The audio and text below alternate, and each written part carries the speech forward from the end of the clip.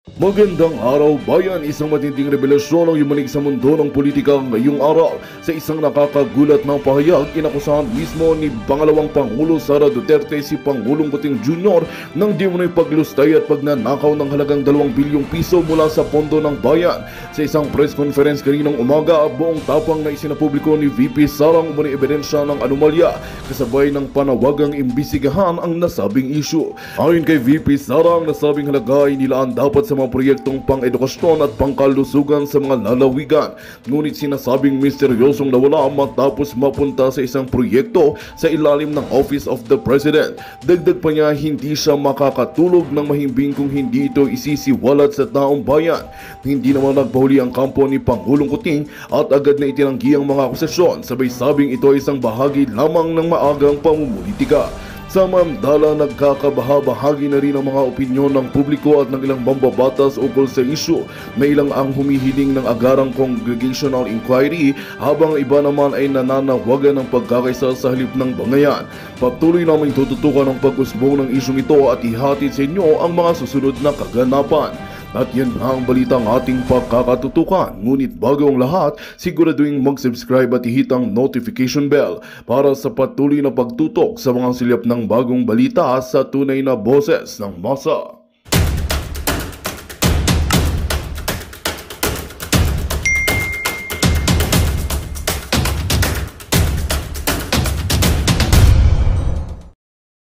Marcos Jr. lagot na. VP Sara Duterte may matinding plano pala. Grabe to ha.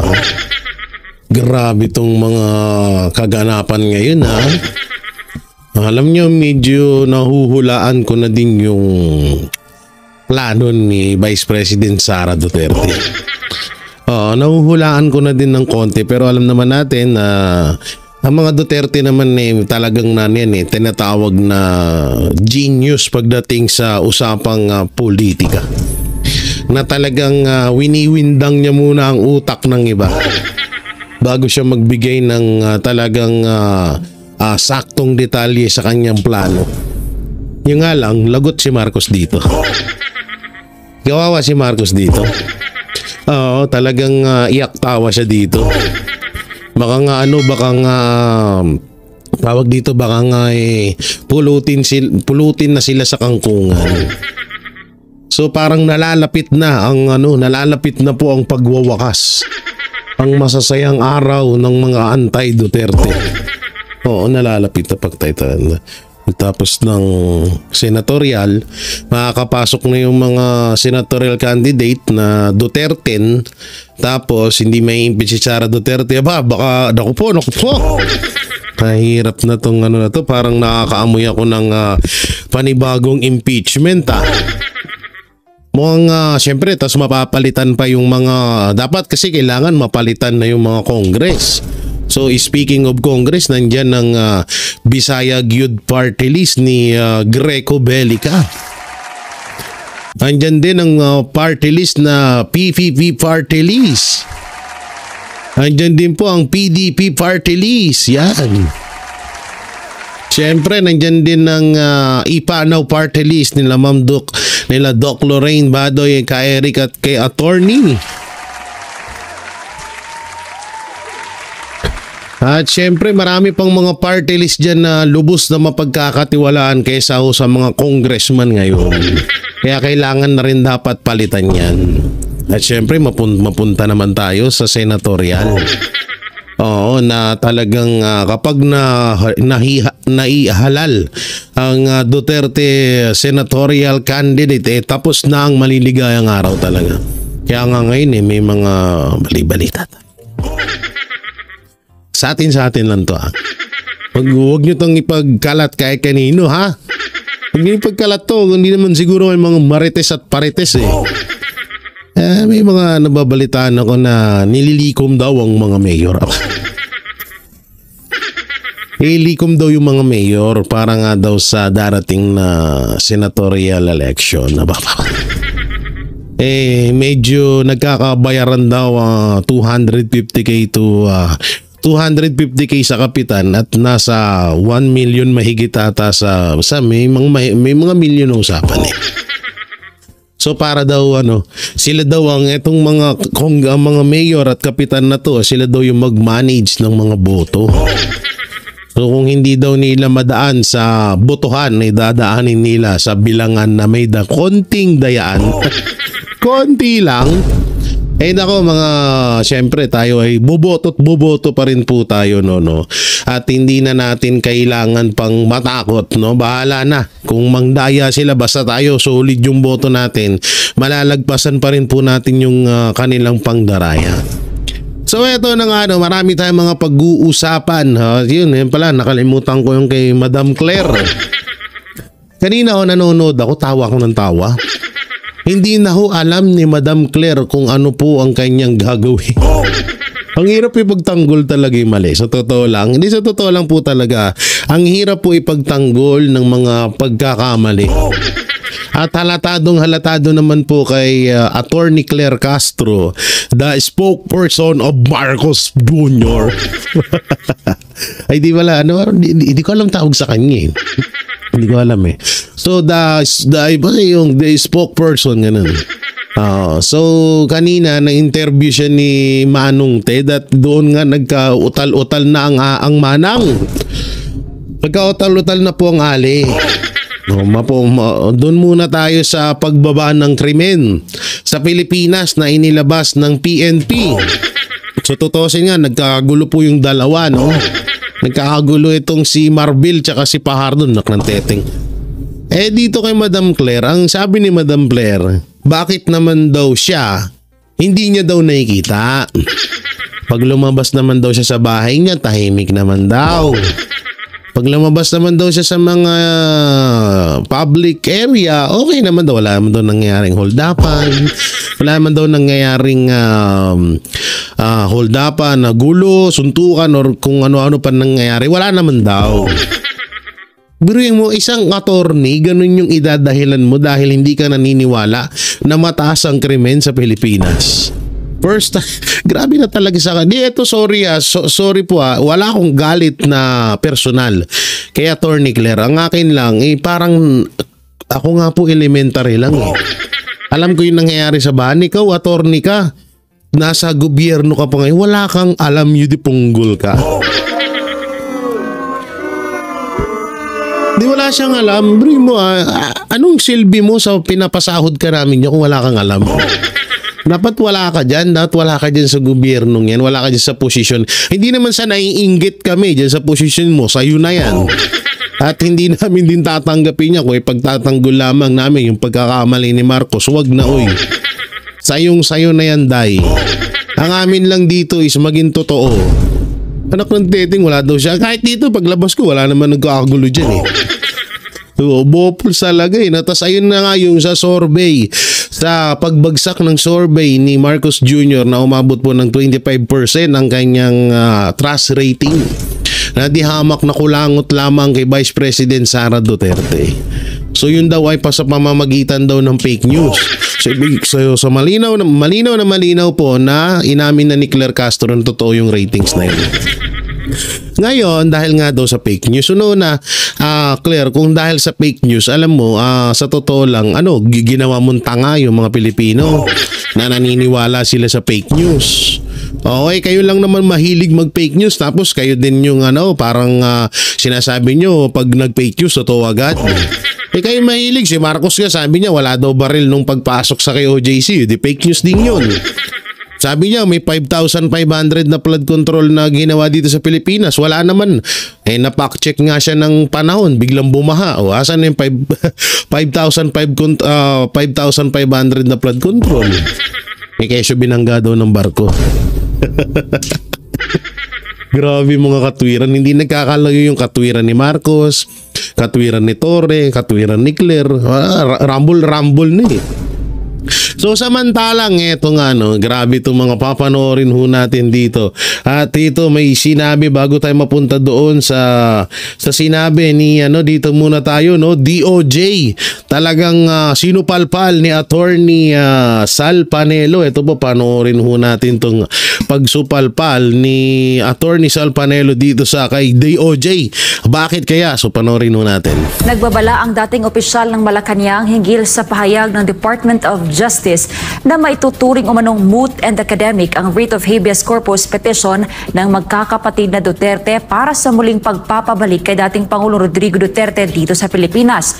Ayon kay Attorney Sal Panelo, ang ganitong pananaw ay maaaring magbunga ng masalimuot na epekto sa batas, soberanya at karapatang pantao ng bawat Pilipino. Alamin ang detalye ng balita mula kay Carlo de la Peña. Go, Sir Carlo. Nagbabala si dating Chief Presidential Legal Counsel Attorney Salvador Panelo na maaaring magdulot ng mapanganib na precedent ang pagtrato sa inihaing writ of habeas corpus ng mga anak ni dating Pangulong Rodrigo Duterte bilang moot and academic o walang bisa. Aniya, kung pahihintulutan ito, tila kinikilala ng gobyerno ang isang iligal na proseso bilang katanggap-tanggap. Isang hakbang na maaaring makaapekto sa integridad ng ating sistemang panghukuman at sa karapatan ng mga Pilipino sa makatarungang proseso. Pag yan pinatupad natin yung ganyang katwiran, ay bibigyan mo ng gantimpala ang isang iligal na akto. Sapagkat ang mangyayari niyan, pag merong kaso sa ibang bansa,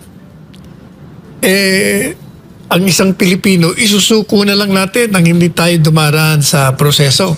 Tama. Ito ay matapos magbigay ng pahayag ang Department of Justice na maituturing na moot o walang bisa ang inihaing petisyon ng magkakapatid na Duterte para maibalik sa bansa si dating Pangulong Rodrigo Duterte dahil siya ay nasa kustodiya na ng International Criminal Court o ICC. Sabi ni Panelo, obligasyon pa rin ng gobyerno na sundin ang anumang utos ng korte at gamitin ang kapangyarihan nito upang mabawi ang dating Pangulo mula sa ICC at maiuwi sa sarili niyang bansa.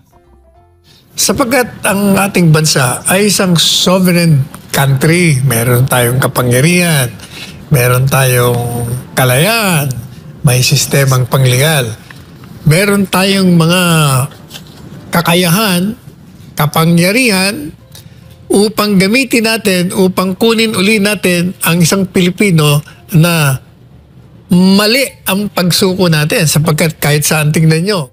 Tingnan mo sa Ligang Batas, mali. Tingnan mo ang Rome Statute, mali rin ang ginawa nila. Tingnan mo extradition treaty, mali pa rin. Tingnan mo yung 59 provision nila, mali pa rin. Sa kabila nito, umaasa pa rin si Panelo na kikilos na ang Korte Suprema upang agad na maglatag ng malinaw na gabay sa gitna ng isang pambihirang sitwasyon na ayon sa kanya ay may malalim na epekto hindi lamang sa umiiral na batas kundi maging sa pambansang soberanya at karapatan ng bawat Pilipino. Hindi, alam nyo, ito para sa akin iyan na lang din talaga kasi wala naman na tayo din aasahan dyan sa mga yan, yung sa DOJ. Justice, DOJ, ano ba meaning niyan? Basta kay DOJ, sa DOJ, sa DILG, yan, wala na ho tayong ano dyan eh. Wala na ho tayong aasahan dyan. Kakampi na, magkapatid na Remulla, alam naman na natin na nagsibaliktaran na yan. Tapos na sila sa ano eh. Tapos na sila sa kailangan nila sa tapos na nilang pakinabangan ng mga Duterte. So kailangan naman nilang bumalimbing kay Marcos. Kagaya lang yan na nangyari diyan dati, 'di ba? Nung panahon na si Binay, 'di ba? Diyan ang galing yan si John Wick ba yan? Ano ba yung pangalan nun? Si Remulla, yung batang Remulla. Tapos nung nalaman niyang may nakakaramdam na siya na medyo mananalo na si Duterte, bumaliktad naman. Ganun na. Alam nyo ito, yung sa DOJ talagang, kaya kami hindi na rin namin to binabatikos DOJ. Kasi nga, alam na talagang wala na kahit anong sita mo, anong paliwanag mo, high blood ka lang, talagang wala na sa ayos yung kanilang ginagawa. Sila yung tigapagpatupad ng batas pero sila yung sumisira ng batas. Yung totoo dun.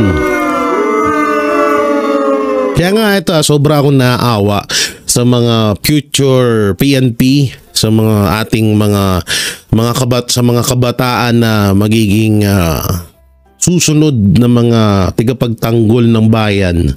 Naawa ako sa kanila dahil haharapin nila tong pagsubok na to. No. Naawa ko sa kanila dahil lalo na yung mga nag-graduate na alam niyo na labag na sa batas, labag na sa kalooban nila yung mga inuutos sa kanila. Katulad na lang yung nangyaring siege dun sa KOJC, di ba? So lahat yun bawal sa batas yun. Biruin mo, warrant of arrest lang ang dala mo pero nag-search warrant ka. Saka ba naman nakakita ng ganun warrant? At yung warrant of arrest sa Pasig. Pero ang ginawa, pumunta silang Davao. Ang pinakamatindi pa doon, isang pastor lang yung kalaban nila. Umabot po sila ng 6,000 talagang 6,000 na pulis ang dinala doon.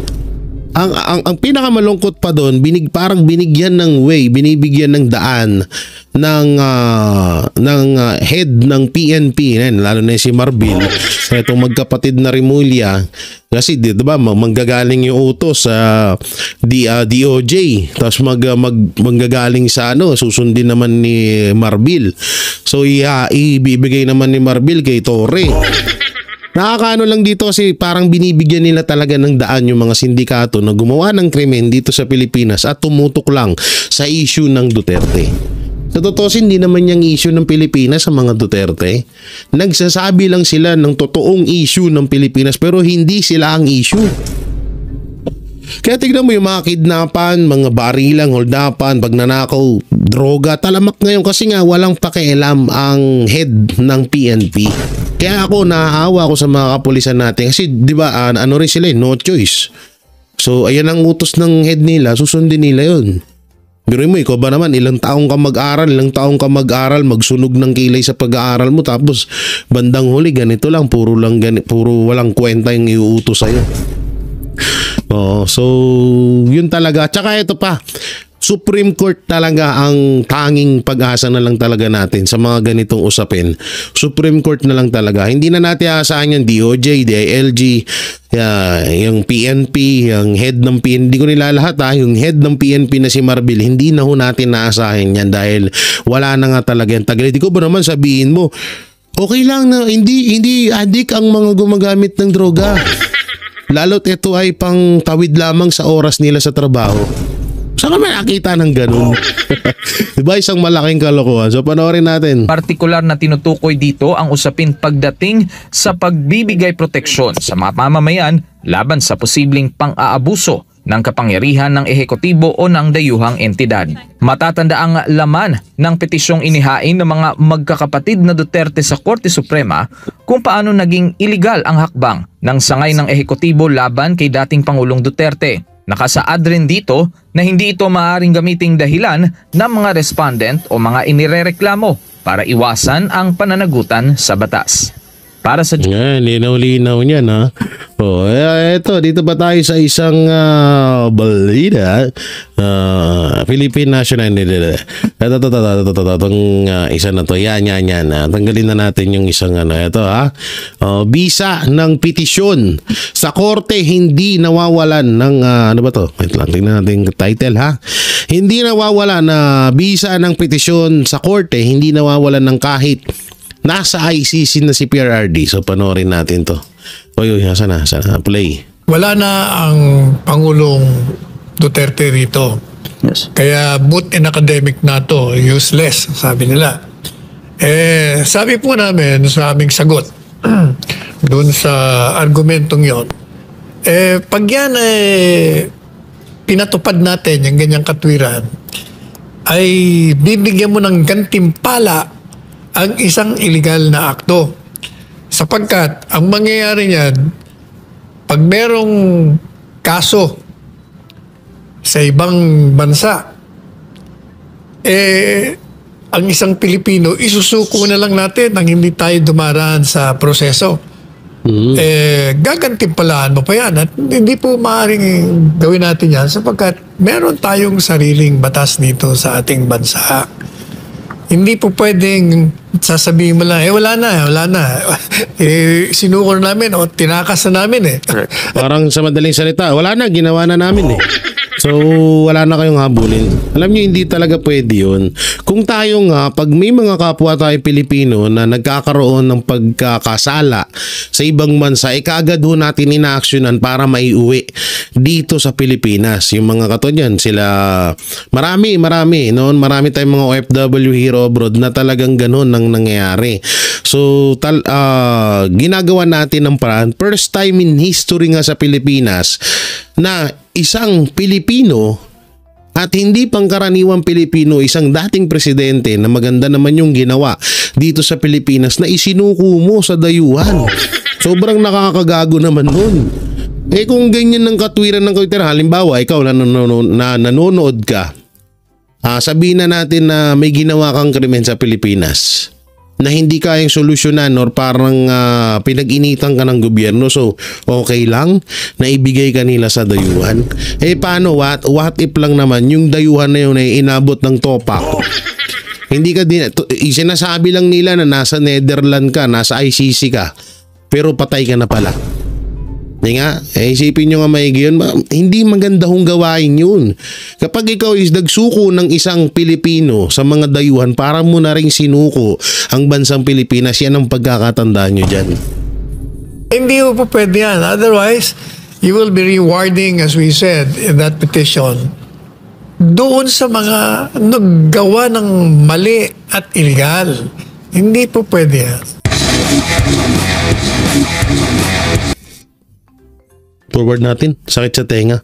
President Duterte is currently under the custody of ICC, having been illegally surrendered by the Philippine government to the ICC on March 12, 2005, after the filing of the petition for habeas corpus.